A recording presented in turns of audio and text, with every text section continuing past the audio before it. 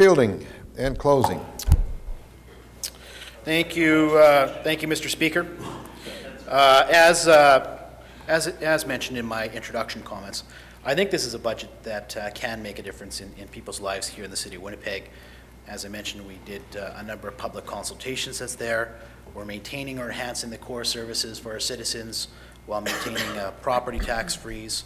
We're doing some work with small businesses to allow them to grow and prosper, and we're putting more police officers on the street. In terms of, I'd like to just address some issues that have been brought up through the debate.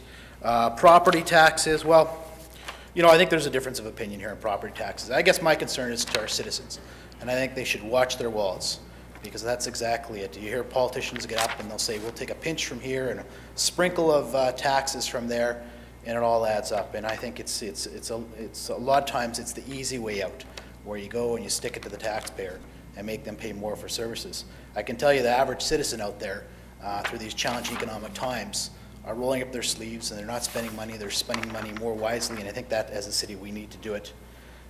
Overall, I think the budget makes sense from that respect. In terms of some of the one-time expenditures that's been brought up, well, I think one-time expenditures is something that we have not, has been used in many, many budgets before.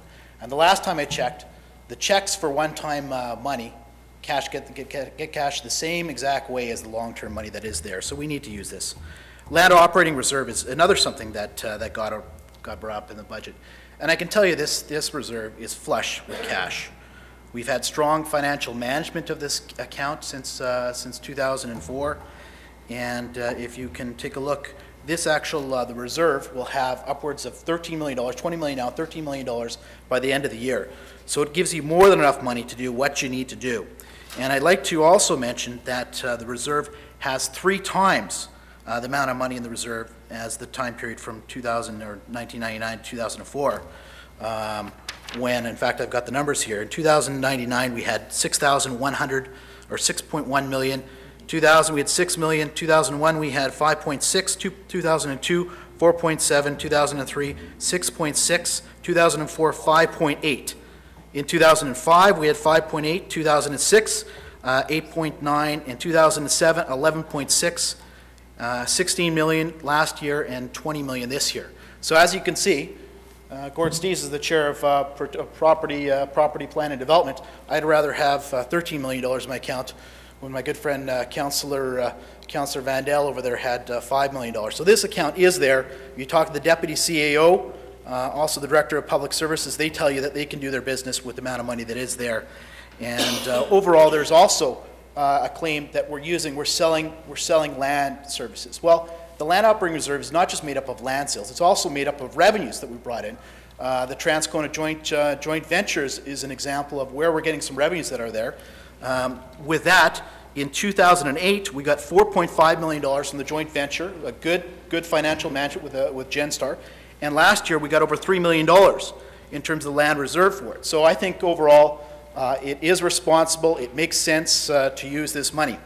Manitoba Hydro issue. Well, another issue that has been raised, and I can tell you this is not something that we were looking for. This is an audit that came up in 2005 in terms of the expenditures. We raised this issue with Hydro over a year ago.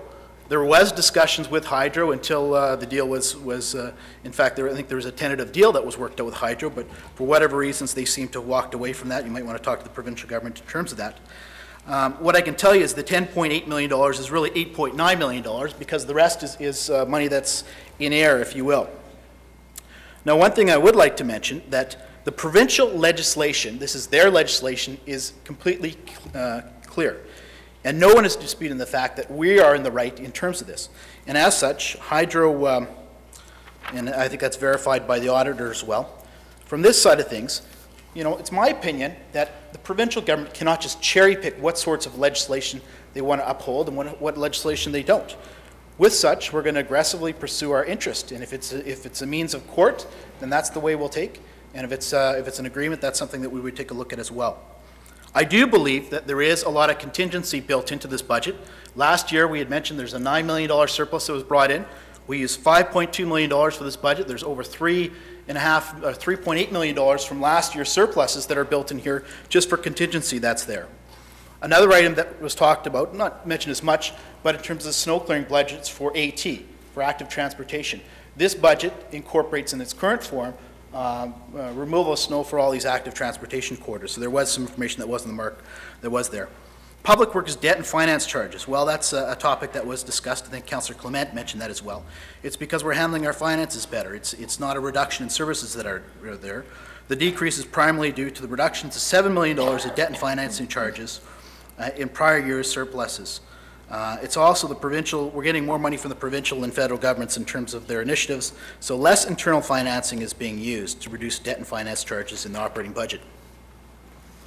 In terms of the capital surplus to operating, well, you know, as Councillor Clement mentioned, I think that's something that you take a look on a 5-year basis. It comes back into the system and you make decisions of where you're going to do that. I would also like to mention with this, we know that there's millions of dollars of stimulus dollars that are going to be invested in our community over the next summer till March of 2011 that are there. So we're going to be competing with that money that's out there. We've also, in the last capital budget, moved up with TBO programs. You're going to get 7 or 8 streets. We also moved up the widening or work that's around Taylor, the work that was supposed to be done in 2010 into 2011. I don't think there's a capacity to do that work in this budget.